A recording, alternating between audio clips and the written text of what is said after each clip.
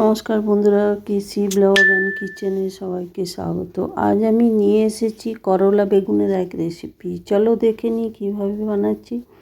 দেখো, আমি আলু, কুমড়ো, বেগুন, গাজর, পেঁপে, সমস্ত রকম সবজি, সজনে ডাঁটা, তারপরে করলা, এগুলো আমি কেটে ধুয়ে পরিষ্কার করে নিয়েছি।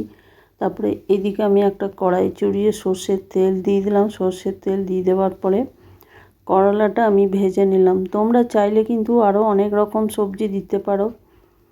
দেখো, আমার করলাটা নেড়ে চেড়ে নিলাম, একটু লাল লাল করে ভেজে নিলাম। ভেজে তুলে নেবার পর ওই কড়াইয়ের মধ্যেই আরেকটু আমি তেল দিয়ে দিলাম। তেল দিয়ে দেওয়ার পরে এটার মধ্যে 5 ফোড়ন আমি একটু তেলের মধ্যে দিয়ে দিলাম। 5 ফোড়নটা ভালো করে গরম হয়ে যাওয়ার পর কড়াই খুন্তি দিয়ে নেড়ে চেড়ে নিলাম। তারপরে যে সবজিগুলো সেদ্ধ হতে সময় নেয়, যেমন আলু দিলাম, পেঁপে দিলাম, গাজর দিয়ে দিলাম, এগুলো একটুখানি ভালো করে নেড়ে নেব কিছুক্ষণ ধরে, মিনিট কয়েক ধরে ভালো করে নেড়ে। তারই মধ্যে আমি এটার মধ্যে হলুদ দিয়ে দিলাম, তারপরে নুন দিয়ে দিলাম। নুন হলুদ দিয়ে দেওয়ার পর খানিকক্ষণ ধরে এটা আমি ভেজে নেব। তাহলে এই ধরনের সবজিগুলো একটু সেদ্ধ হতে সময় নেয়। একটুখানি ভেজে নিলে কি হবে, একটু সেদ্ধ হয়ে যাবে আর নরমও হয়ে যাবে। তারপরে দেখো, নেড়ে চেড়ে নেবার পর শিম, কুমড়ো আর বেগুন এই সবজিগুলোও আমি দিয়ে দিলাম। সবজিগুলো দিয়ে দেওয়ার পর কিছুটা সজনে ডাঁটা আমি ভালো করে পরিষ্কার করে ছাড়িয়ে রেখেছি, সেটাও আমি এটার মধ্যে দিয়ে দিলাম। দিয়ে দেওয়ার পর খুব ভালো করে একটু ভেজে নিতে হবে। তারপরে দেখো, এইদিকে আমি জিরে 1 চামচ, জিরে 1 চামচ, সর্ষে আর কিছুটা আদা, 1 ইঞ্চি আদা আর কয়েকটা কাঁচা লঙ্কা আমি পেস্ট করে রেখেছি, সেটাই আমি দিয়ে দিলাম এটার মধ্যে। এটা এক রকমের শুক্তো বলো বা করলা বেগুন বলো, যেটাই বলো, এই ধরনের মশলা দিলে কিন্তু এটা খেতে বেশি টেস্ট লাগে।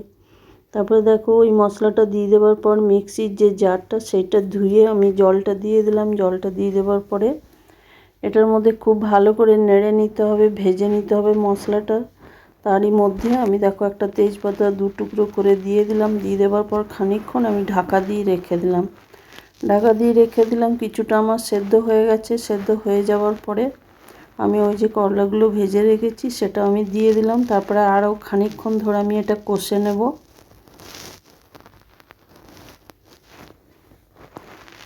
তোমরা নানা রকমভাবে বানিয়ে থাকো, একদিন এইভাবে বানিয়ে দেখো, খেতে গরম ভাতে খেতে তেতো তরকারি খুবই ভালো লাগে। আর এখন শীতের শেষ, বসন্তের শুরু, এই ধরনের তরকারি শরীরের জন্য ভীষণই ভালো। অনেক সময় তোমরা নিম পাতা খাও, করলা ভাজা খাও বা শুক্তো খাও, কিন্তু এই ধরনের একদিন করলা বেগুন বানিয়ে দেখো, খেতে অসম্ভব ভালো লাগবে গরম ভাতে। তারপর দেখো, ওই মশলাটা আমি খানিকক্ষণ ধরে ভেজে নিলাম। ভেজে নেবার পরে এটার মধ্যে আমি পরিমাণ মতো জল দিয়ে দিলাম। এটা একটু মাখা মাখা হবে, একটু মাখা মাখা, একটু ঝোল ঝোল হবে, কেন কি এটা তো ভাতের সবজি, ভাতের সাথে খাবার জন্য বানাচ্ছি আমি। তারপর দেখো, জল দিয়ে আমি ঢাকা দিয়ে দিলাম। তারপরে ঢাকা দিয়ে কিছুক্ষণ ধরে আমি রেখে দিলাম, minute 5-7। Low to medium flame করে রেখে দেওয়ার পর ফুটে উঠেছে। দেখো, আমি আলুগুলো সেদ্ধ হয়ে গেছে, উঠে দেখাচ্ছি। সেদ্ধ হয়ে যাওয়ার পর একটা আমি বাটির মধ্যে ঢেলে নিলাম। তারপরে ওই কড়াইয়ের মধ্যে খানিকটা সর্ষের তেল দিয়ে একটা শুকনো লঙ্কা ফোড়ন দিলাম আর একটুখানি রাঁধুনি ফোড়ন দিলাম এটার মধ্যে।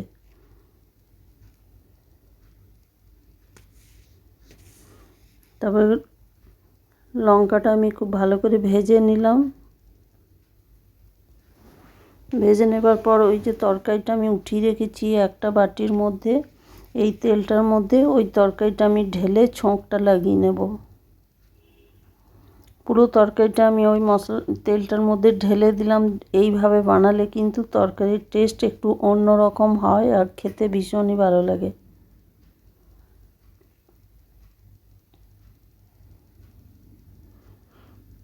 তারপরে বলে দিই, আমার চ্যানেল যারা সাবস্ক্রাইব করনি তাদের সাবস্ক্রাইব করার অনুরোধ রইল নতুন বন্ধুদের।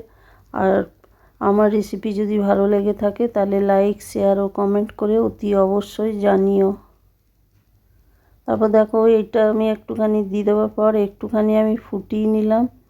তারপরে এর মধ্যে আমি রাঁধুনি আর কালো জিরে একটু রোস্ট করে গুঁড়ো করে রেখেছি, সেটা আমি এটা ঠিক নামাবার আগে আমি এটার মধ্যে দিয়ে দিলাম। যখন তরকারিটা হয়ে যাবে, নামাবার সময় হবে, তখনই এই মশলাটা দিয়ে দিতে হবে। দিয়ে দিলে কি হবে, এইটাতে না তরকারির টেস্টটা ভীষণইভাবে বেড়ে যায় আর খেতে অসাধারণ লাগে। তারপর দেখো তরকারিটা আমার হয়ে গেছে, একটুখানি ঝোল ঝোল মাখা মাখা করতে হবে, তাহলে খেতে ভীষণ ভালো লাগে। তারপরে দেখো গ্যাসটা বন্ধ করে আমি ঢাকা দিয়ে কিছুক্ষণ রেখে দিলাম স্ট্যান্ডিং টাইমে। তারপরে দেখো আমি খুলে দেখাচ্ছি তরকারিটা কত সুন্দর হয়েছে। তারপর আমি একটা বাটির মধ্যে এটা উঠিয়ে নিলাম। তোমরা ভালো থাকবে, সুস্থ থাকবে। ফিরে আসছি পরের কোনো রেসিপি নিয়ে। ধন্যবাদ।